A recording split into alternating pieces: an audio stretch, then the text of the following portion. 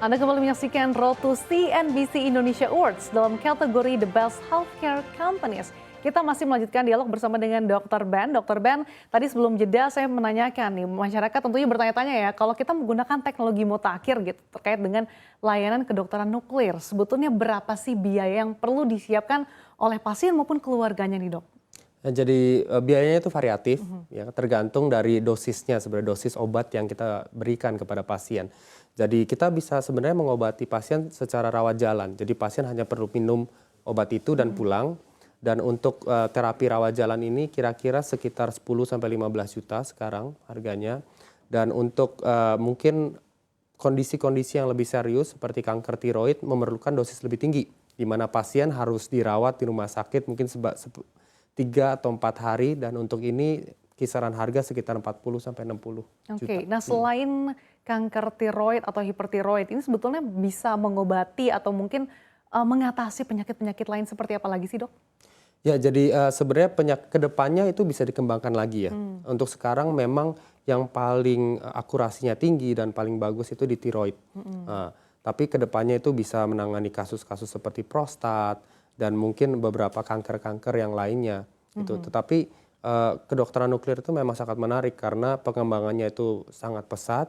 Dan di luar negeri sedang banyak riset-riset juga untuk bisa mengobati banyak kanker-kanker yang baru juga. Oke, Dok, ketika pasien menjalani terapi kanker tiroid dengan menggunakan teknologi kedokteran nuklir ini, sebetulnya butuh berapa lama sih sehingga pasien ini dikatakan bisa dinyatakan sembuh begitu, Dok? Iya, kalau untuk terapi rawat jalan misalnya kita mempunyai hipertiroid atau tiroid yang terlalu aktif ya, overaktif, itu bisa dilakukan rawat jalan. Kita hanya perlu datang ke poliklinik, minum obatnya, 2-3 minggu kemudian bisa balik lagi untuk diobservasi.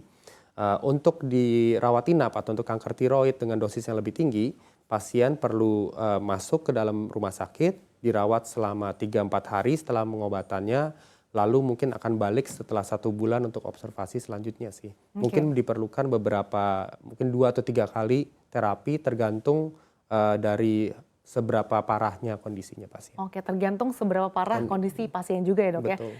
Tentu ketika pasien menjalani pengobatan, layanan fasilitas ataupun mungkin sarana yang diberikan tentu ini menjadi penunjang diperhatikan juga oleh pasien, Dok. Apa saja sih, Dok, fasilitas lain yang dimiliki oleh Mandaya untuk mendukung pengobatan bagi pasien? Ya, mungkin yang pertama yang kita mau jelaskan bahwa di Mandaya ini kita bekerja sebagai satu tim. Jadi bukan hanya kedokteran nuklir sendiri sebenarnya.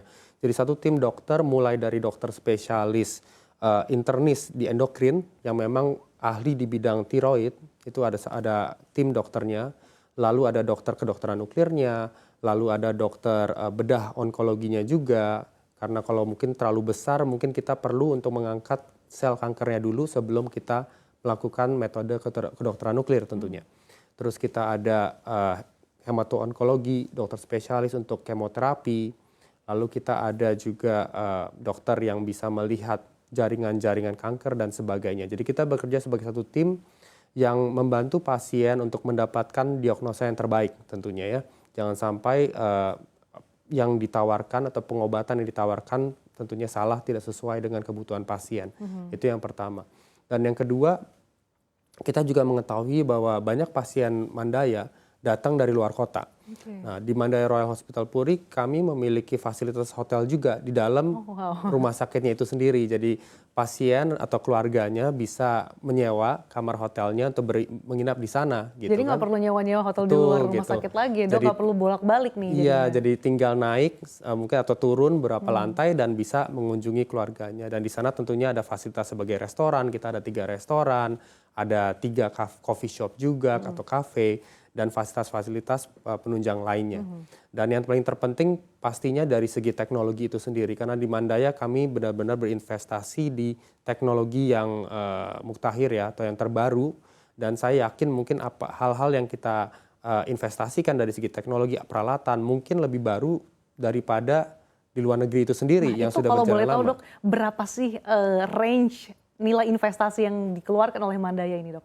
Ya, jadi secara keseluruhan kedokteran nuklir itu kita melakukan investasi secara bertahap, tapi total hanya untuk kedokteran nuklir sendiri kita akan secara total berinvestasi sekitar hampir 100 miliar rupiah. Oke, 100 miliar rupiah, tapi nanti secara bertahap juga dok ya. Oke, what's next? Apa nih inovasi-inovasi yang akan dilakukan oleh Mandaya Group? Iya, jadi terutama kita mempunyai 3 pusat keunggulan. Satu adalah di jantung, kedua adalah di kanker, dan ketiga adalah di syaraf. Dan untuk kanker kami sangat benar-benar ingin fokus di sana. Karena banyak pasien dari Indonesia yang mungkin pergi ke Singapura, Malaysia, dan sebagainya untuk mendapatkan pengobatan kanker itu di luar. Padahal di Indonesia saya percaya dengan dokter-dokter kita banyak yang bagus-bagus semua. Dan saya ingin memberikan suatu wadah atau suatu tempat di mana fasilitasnya itu yang memang mumpuni atau mungkin memang lebih baik daripada yang di luar negeri. Jadi beberapa pengembangan selanjutnya di Mandaya adalah di tahun depan ini, harusnya di awal tahun depan kami akan melengkapi fasilitas kanker kita dengan radioterapi contohnya. Itu juga investasi yang lumayan besar, lumayan mahal, yaitu digunakan untuk menyinari sel-sel kanker untuk membunuhnya dengan Itu berapa akurat. dok perkiraan nilai investasi yang akan dikeluarkan? Itu mungkin sekitar 80 miliar sendiri untuk peralatan radioterapi. Dan tentunya yang kedua juga kami mau menyelesaikan atau memfulfill investasi dari segi kedokteran nuklir itu sendiri yang tadi saya sebutkan sekitar 100 M. Jadi harapannya dalam pertengahan tahun depan atau mungkin paling lambat akhir tahun depan kami bisa memberikan layanan kanker yang sangat terintegrasi, kita bisa mengobati pasien dari ujung ke ujung dengan semua metode yang ada di kedokteran itu. Oke, tadi dokter sempat mention soal banyak pasien yang berobat ke Malaysia atau Singapura gitu ya kalau berbicara soal pelayanan kesehatan dunia gitu. Nah, dengan adanya pusat pelayanan kedokteran metode nuklir ini, apa sih dok harapannya? Apakah nantinya ini bisa membuat pasien lebih memilih menggunakan kesehatan di Indonesia nih dok, terutama di Mandaya Hospital Group ini atau seperti apa dok? Ya, jadi itu benar-benar memang harapan kami. Waktu kami mendesain rumah sakit ini, kami memang mendesain rumah sakit ini untuk menjadi pusat rujukan nasional, terutama di bidang kanker itu. Dan kami juga sangat bangga karena kami juga telah dipilih menjadi salah satu rumah sakit yang dinobatkan sebagai medical tourism destination ya, atau destinasi wisata medis. Yaitu agar supaya pasien-pasien di Indonesia jangan sampai ke luar negeri, kita percaya dengan kualitas dari rumah sakit kita sendiri, dan dengan segala investasi dari fasilitas medis dan juga kita mengumpulkan dokter-dokter yang terbaik di Indonesia juga di Mandaya Royal Hospital Puri. Harapan saya pasien bisa mencoba gitu, merasakan bahwa di Indonesia juga rumah sakitnya itu sangat bagus. Dari segi dokternya dan kenyamanan itu udah pasti saya bisa pastikan bahwa kenyamanan di Mandaya Royal Hospital Puri pasti tidak kalah daripada Singapura atau Malaysia apalagi.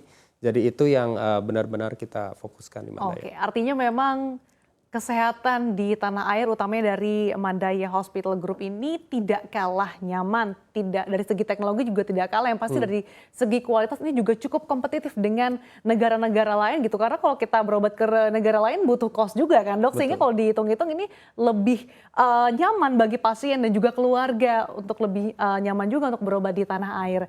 Dok, terima kasih, menarik sekali perbincangan kita. Terima kasih Dr. Ben Widaya, Presiden Director Mandaya Hospital Group, dan usai jeda nanti kita akan kembali lagi di CNBC Indonesia Award untuk kategori The Best Healthcare Company. Tetaplah bersama kami di Road to CNBC Indonesia Awards.